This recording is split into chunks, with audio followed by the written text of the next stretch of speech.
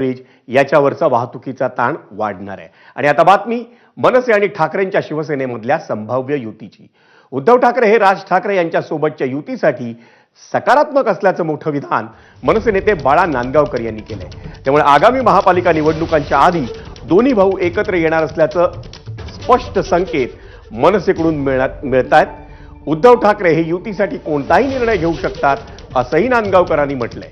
त्यामुळे राज ठाकरेंसोबत जाण्यासाठी उद्धव ठाकरे आता मवियाला सोडचिठ्ठी देणार का अशी चर्चा राजकीय वर्तुळात रंगू लागली आहे। कारण मविया आणि मनसेच्या विचारसरणीत फरक असल्यानं विचार करावा लागेल अशी मनसेची भूमिका आहे। आणि त्यामुळेच मनसेसोबतच्या संभाव्य युतीसाठी उद्धव ठाकरे कोणती नवी राजकीय खेळी खेळणार याकडे राजकीय निरीक्षकांचं लक्ष लागलंय।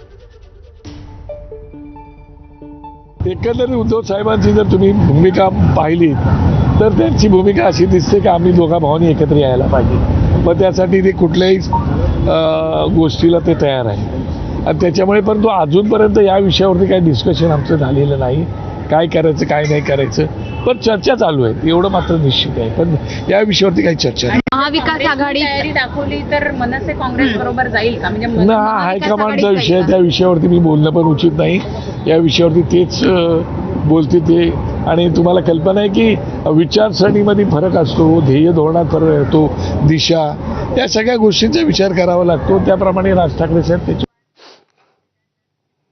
आणि या सगळ्या पार्श्वभूमीवर मनसे अध्यक्ष राज ठाकरे यांनी बोलावलेली मनसे पदाधिकाऱ्यांची एक बैठक आज पार पडली।